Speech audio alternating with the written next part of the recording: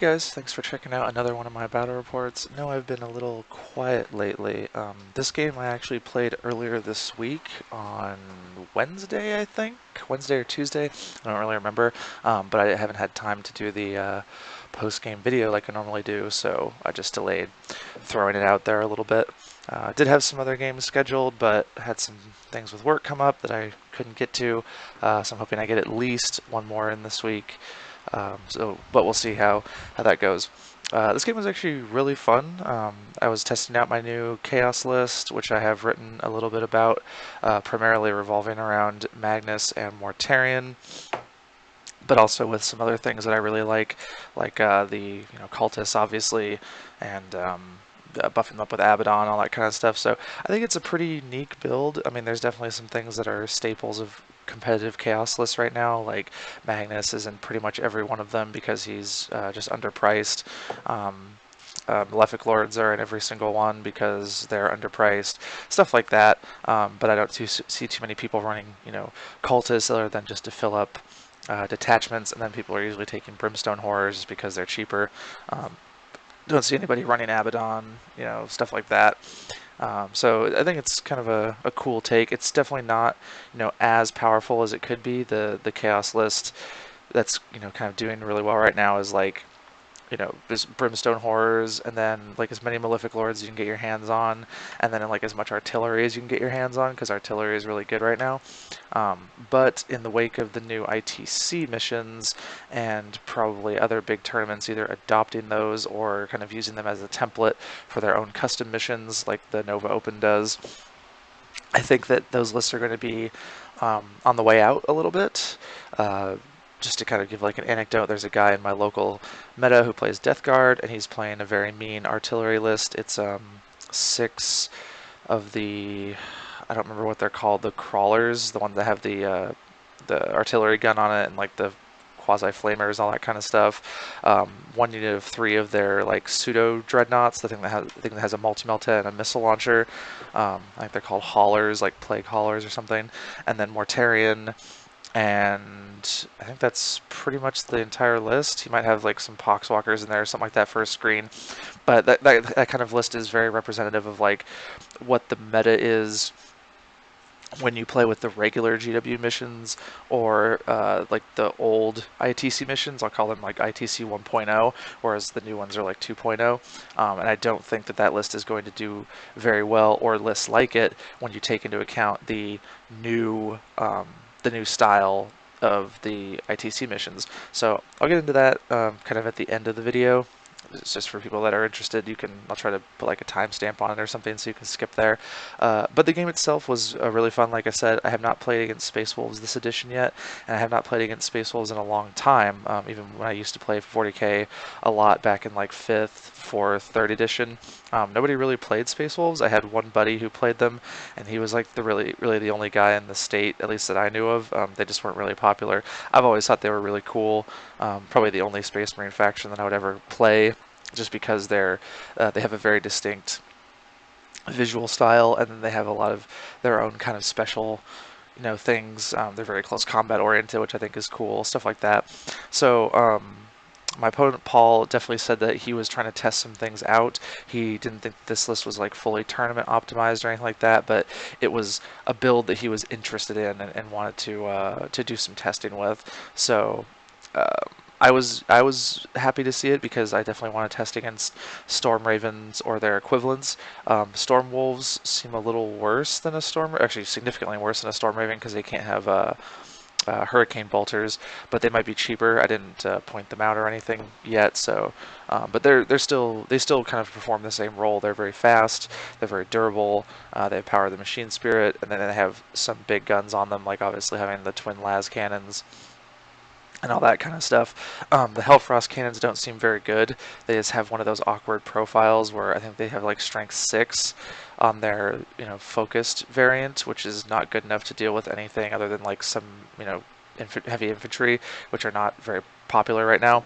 And then the dispersed one doesn't have enough shots, so I don't know if you can replace that with a different gun, but I certainly would if I was playing that list.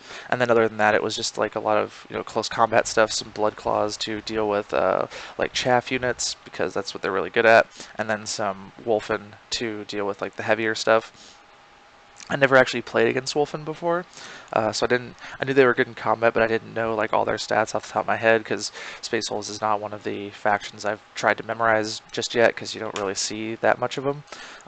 But when they got into combat with my Magnus, I was like, oh wow, these things are a lot more serious than I thought they were. Obviously, Thunderhammer Storm Shield is always good.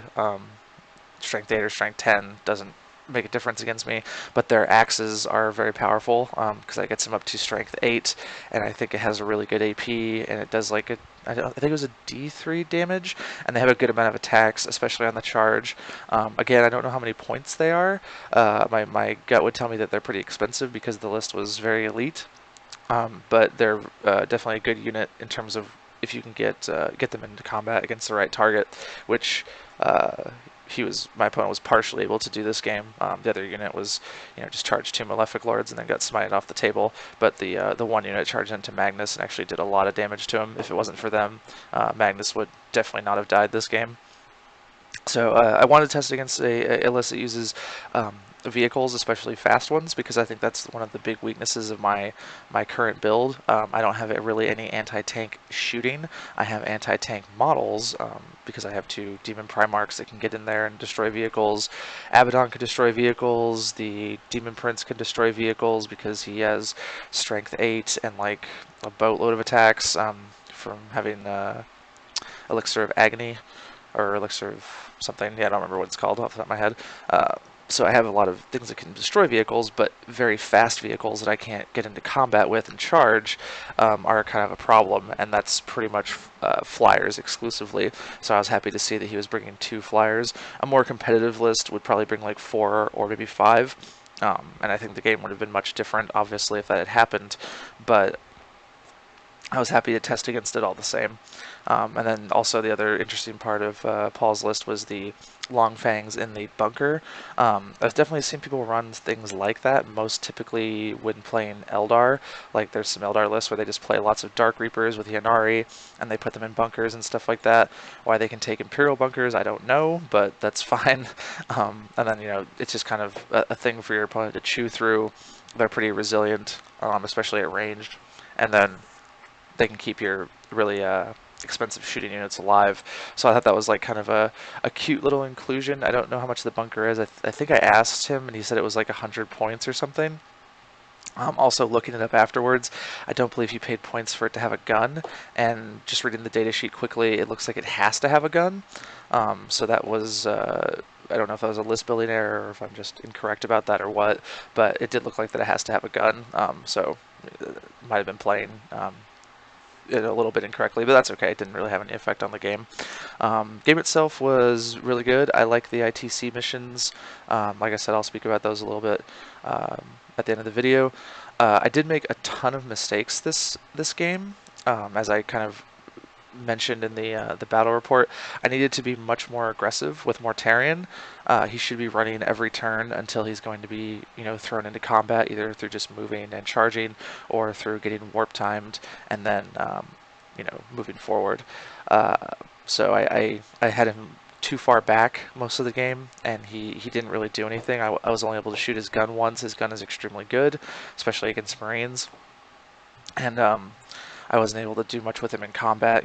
All he did was really destroy a bunker and shoot the really, really damaged Storm Raven that just had one, or the Storm Wolf that just had 1 wound left. So he didn't, make his points back really. And then Magnus was the one attracting all the attention, which is fine. That's kind of the point of the army, is that like whichever one you go after, the other one's going to have pretty free reign of the table. Most people seem to go after Magnus. I don't blame them.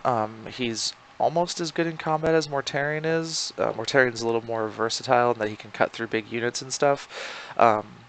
But Magnus is just a lot more dangerous because of his psychic abilities. His psychic abilities really like make the army more powerful. Um, but he is harder to kill than Mortarion, at least in my opinion. I think a 3+ or even a 4+ invulnerable save reroll in ones, I prefer that over a 4+ invulnerable save with Feel No Pain. And then a 3+ invulnerable save reroll in ones is just really devastating. I'm particularly happy that both of them are very resilient against Plasma. Magnus is just resilient in general, and the Mortarion has a -1 to be shot spell, which makes Plasma a lot more risky, so people won't often try it, and that's kind of the go-to gun right now. Not many people are taking Meltaguns, probably because the meta is not very vehicle-oriented right now, and it's very difficult to get Meltaguns within 6 inches of, whatever, because you can't deep strike that close, even if your opponent doesn't have screens, which is almost never the case. So you have to like deep strike and then move, or you have to be in vehicles and not get popped before you get to your target or something. So Meltas are in a little bit of a bad space. Unless you're playing like Tau, because Tau have extra inches. I think Eldar also have extra inches on theirs, some corner case stuff like that. But you're not seeing too many of those armies anyways. So yeah, my two big guys are pretty resilient against most of the anti-vehicle things that are existing right now, or that people are taking. Um, as far as the game itself goes, I won pretty heavily on scenario, which I thought I would. I just have a lot more guys than Paul does, obviously. His flyers can't hold objectives because of the, errata. So I was just able to hold the middle with a bunch of guys who have objectives secured because my battalion detachment is all Black Legion. If even one unit of it is not Black Legion, you don't get that benefit. So that was in a different version of the list. I had 2 big units of cultists and then 1 unit of brimstone horrors, but then I switched it to 3 big units of cultists, and so I get I get objective secured back, and I also get the ability to run and treat my rapid fire weapons as assault weapons, which doesn't sound very good, but when you put the army on the table, it's actually kind of a big deal, especially when I'm going on my first turn, because the cultists move 6 and then I can advance them, and it often lets me get some shooting off on the first turn when I wouldn't normally be able to, and that's really important for attrition, which the army really wants to do. It's a very attrition-based list, so the faster I can start doing some damage, the better. And then because my cultists are like such an important screen for my other stuff, and they're really good objective holders and things like that, they're often going to be advancing. So it just makes sure that I can keep shooting with them, even when I'm getting around the board how I want to. And then with Abaddon, hitting on 5s isn't great, but hitting on 5s, rerolling 1, 2s, and 3s is pretty decent. People have been really surprised by how much damage that unit outputs, even when they're hitting on that number. And then I still have access to, like, Veterans of the Long War, Endless Cacophony, stuff like that. I definitely didn't put those to use in this game because Paul's army was like entirely mechanized. When stuff started getting out of the Storm Wolves, I was just killing it with Smite, or I didn't need to double shoot or anything like that to kill it because he didn't have that many guys. He just had very elite guys, so a lot of points per wound. But that is something that I would do, if I was playing against a lot of different armies, maybe that are like more infantry focused or something like that. So yeah, that was just kind of my plan for the game. I was like, okay, I'm going to get run of the table. It's going to be very difficult for me to kill these Storm Wolves, but my opponent's going to focus on them totally, or focus on my 2 big guys totally, and I can just win the mission with that. So that was kind of my goal. I wanted to make sure I had a very good hold on my objective and the middle objective, so that I was going to hold 2 out of 3 at the end of the game. I didn't think Paul could do anything about that, which proved to be true. And then even if I lost both Magnus and Mortarion, I think I still would have won, just because it would have been probably pretty late in the game by then. Even if he got pretty lucky, it's probably like turn 4, maybe turn 5 by the time they both die.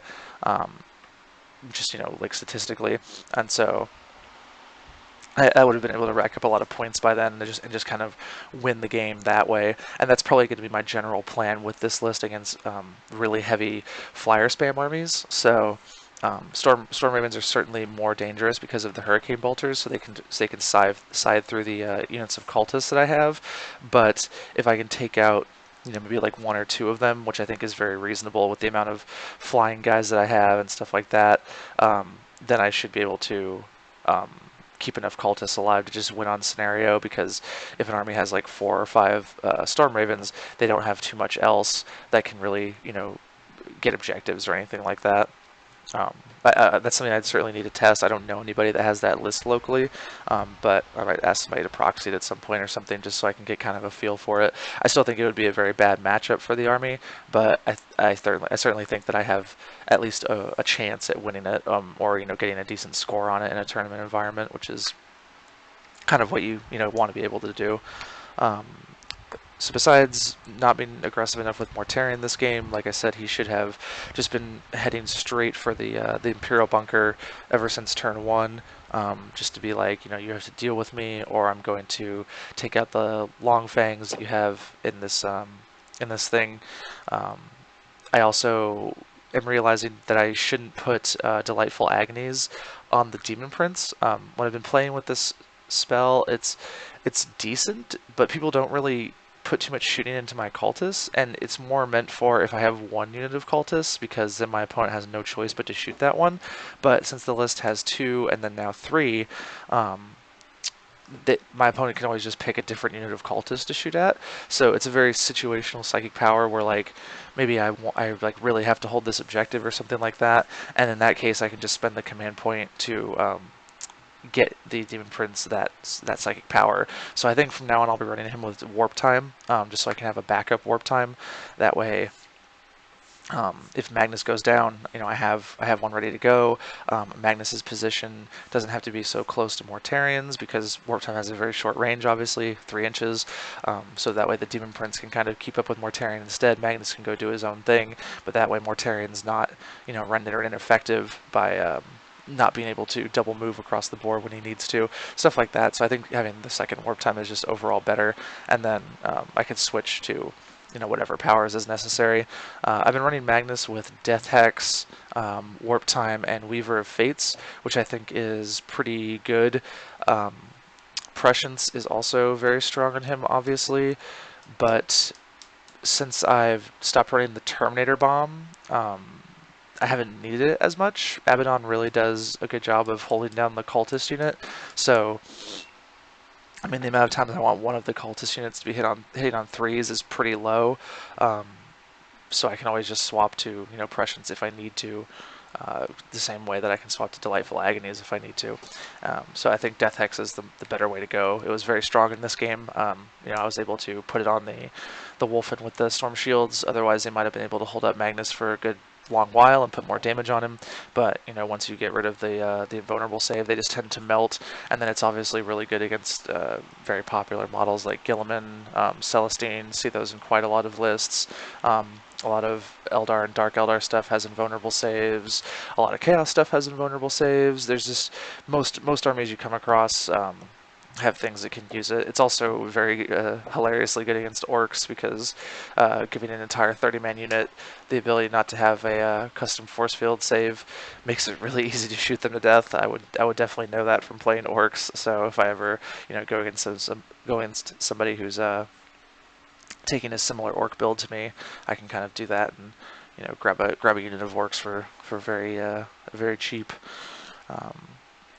The Malefic Lords I'm not super in love with.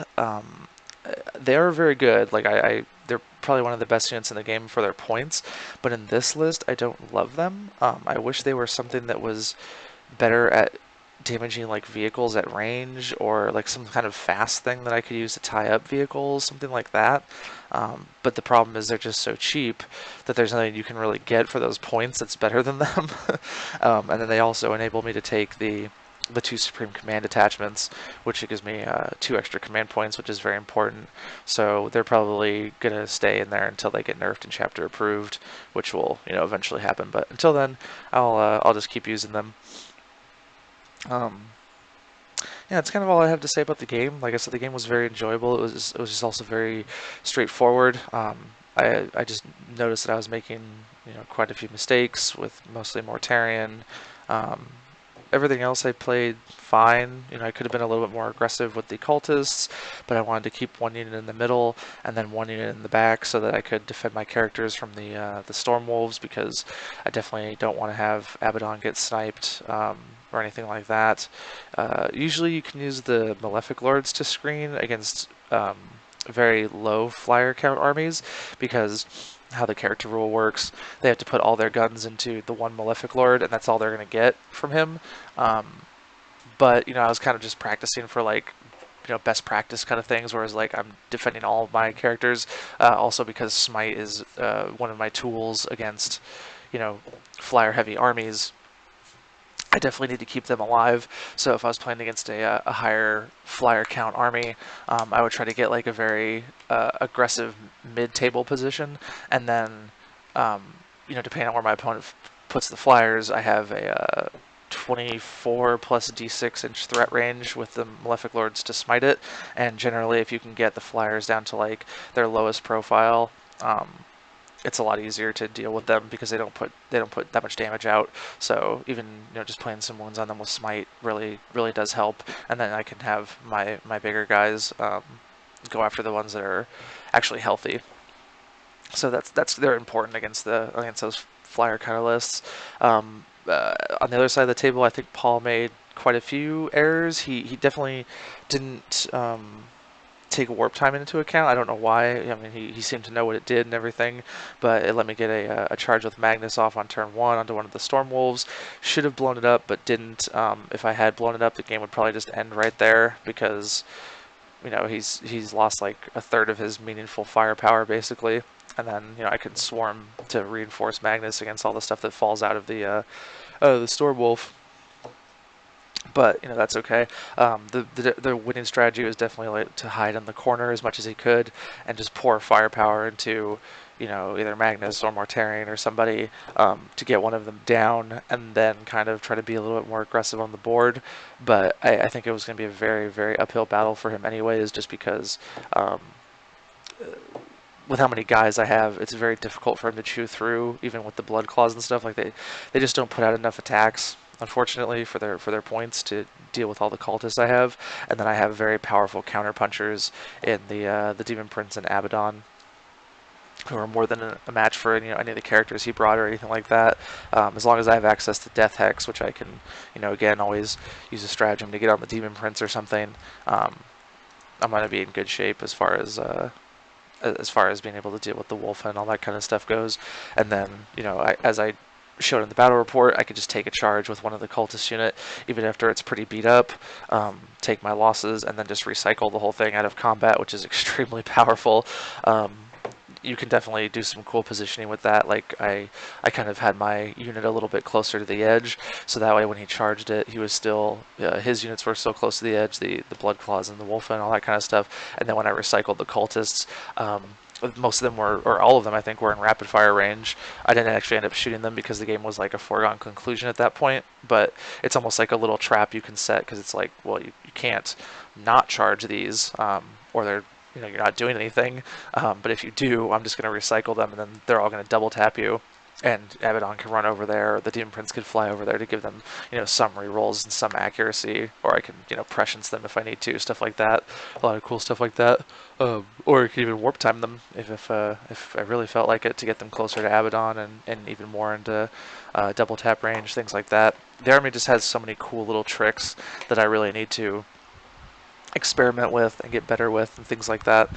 That's really the power of Chaos. Is people will say that oh, Chaos is like the really straightforward power faction. They have a lot of just very like blunt instruments, but I actually think they're the best toolbox faction in the game. I see more Imperium as like the blunt instrument army.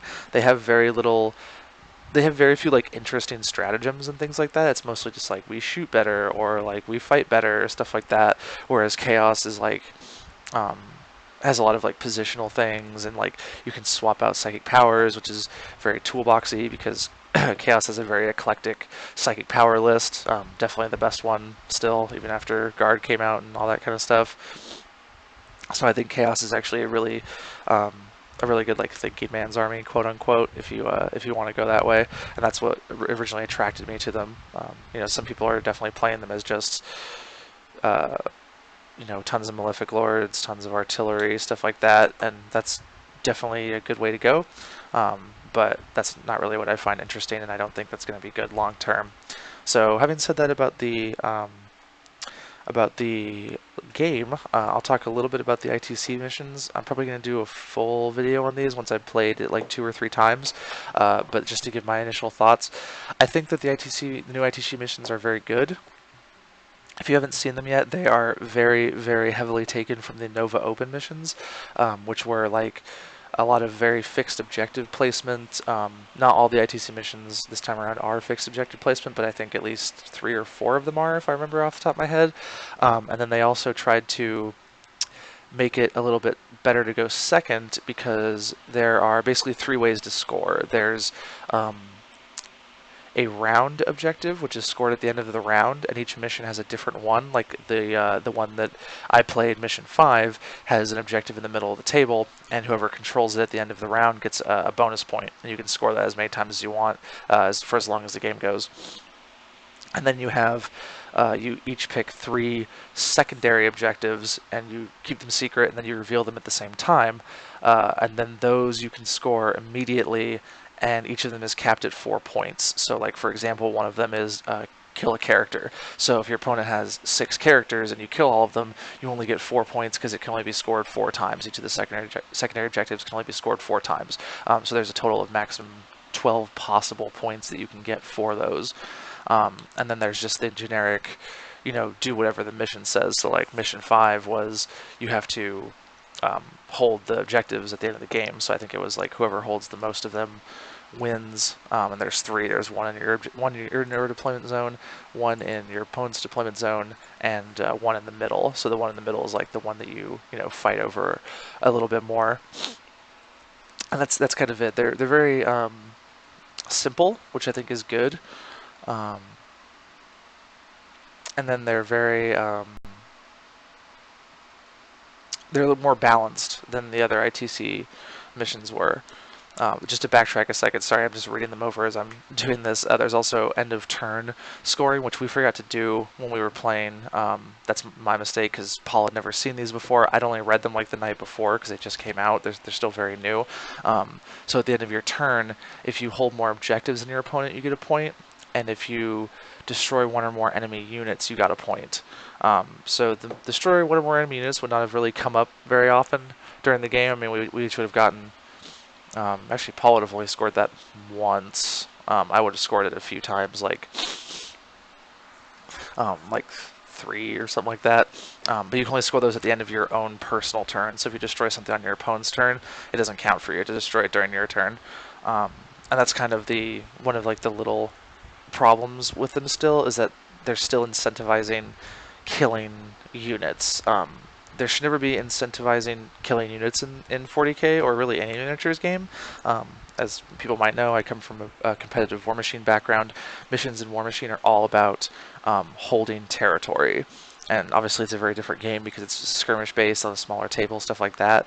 But it makes it so that you can't really play gun lines because the missions in War Machine are an automatic win condition. So usually if you get to like 5 points, you just win automatically. The game is over. And like, a lot of them will be like there's 2 circles in the middle of the table and like 2 flags.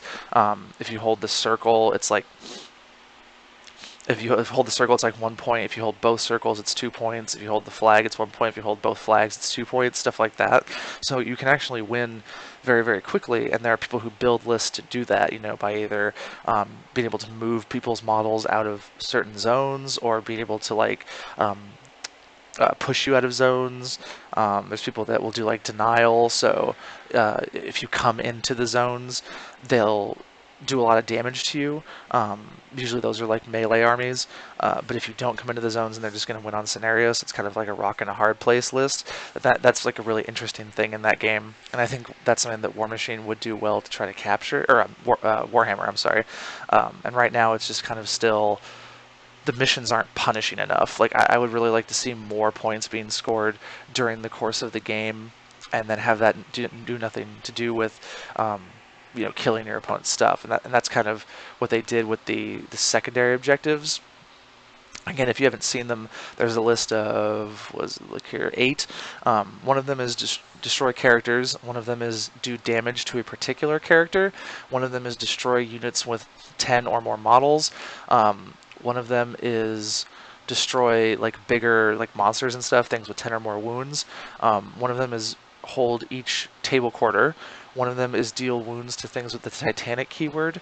Um, One of them is have units within 12 inches of your opponent's table edge at the end of the game, and then one of them is destroy 3 units in a single turn. So as you can see, a lot of these revolve around destroying certain targets, and I think the ITC guys went with that because they're like, okay, people are playing character spam right now. You know, like people are playing a lot of Malefic Lords, people are playing a lot of Primaris Psychers, people are playing a lot of Weird Boys, stuff like that. So we'll put in one to destroy characters to kind of like de-incentivize that. People are playing, and some people are playing a lot of knights, so we'll put in stuff that's like really good against knights. People are playing really like spammy armies that kind of goes along with the character spam, so we'll put in one where you can destroy 3 or more units in a single battle round. So it's them kind of trying to de-incentivize things that they think are bad for the game. I think a lot of people would kind of agree with that, but the problem is I don't think they're going about it in the right way, because while it's nice to be able to pick those objectives and like kind of soft counter those armies are good because they're so powerful. Like, you know, people take Malefic Lords because they're 30 points for a smite bot, not because they, you know, think they're cool or they like them or whatever. So the problem becomes if I'm taking, you know, one of the traditional Imperial soup armies or one of the traditional Chaos soup armies, and my opponent has, you know, a lot less competitive list, and they take all those things, they're not going to be able to meet those objectives because how are they going to be able to kill my army before I kill them? You know, like it's, oh, if you kill 3 Malefic Lords in a turn, you score 1 point for death by 1,000 cuts and 3 points for Headhunter. Like that's really good, but how are you going to kill 3 Malefic Lords in a single turn when my entire army is, you know, them plus artillery plus, you know, a lot of like horrors or cultists to stand in the way and screen for you that are, you know, either minus to shoot or can be recycled, stuff like that. You know, the power of my army is going to prevent you from being able to meet those objectives, and that doesn't do anything to really help the game at the end of the day, and I think that's where the ITC missions will fail. What I would have liked to see is a lot more incentive for like holding objectives, holding you know, table quarters, being in certain areas of the table, whether that be like your opponent's deployment zone, maybe leaving your own deployment zone, stuff like that. So it would have been kind of like a mix of the new and the old ITC missions, where some of the Maelstrom objectives were, you know, have more units further away than 12 inches from your deployment zone or deployment table edge than your opponent does, stuff like that. That kind of punishes the, you know, the artillery-based armies. And I think they just didn't go far enough on initial play test and review to really do that. Like if I was someone who played an artillery army, I would certainly be like, okay, I took a bit of a hit, but I still think I'm playing a better list for you know, for purposes of winning than if I was taking something else. And then one of the good things about the new ITC missions is that the scoring is a little more favorable. So if you table your opponent really early in the game, you get a lot more points than if you table them really late in the game.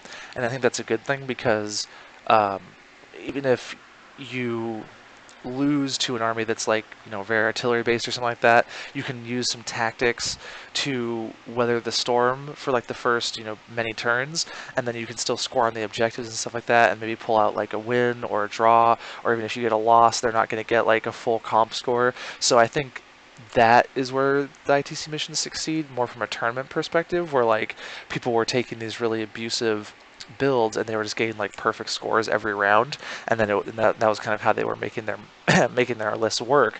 Whereas now they're not going to have perfect scores nearly as easily, and then they're not going to be at those top tables consistently, and I think that's going to make the lists a little bit weaker from a 3 or 5 or more round competitive tournament perspective. So if you go to that kind of event, you probably do have to have some more movement in your list, things like that, and that's where I hope to see more out of them compared to what I'm doing right now, which is like just playing one mission in a vacuum in a single game, where I don't think they did as good of a job with balancing for that. But that might not have been their intention. That might not be what they were hoping for. So that's just my thoughts on them right now. I definitely will play with them some more. I encourage you guys to play with them. Test them out, see how you like them. Definitely let me know if you feel like having a conversation about it, and then I will hopefully get another game in this week and see you guys next time. Thank you for watching.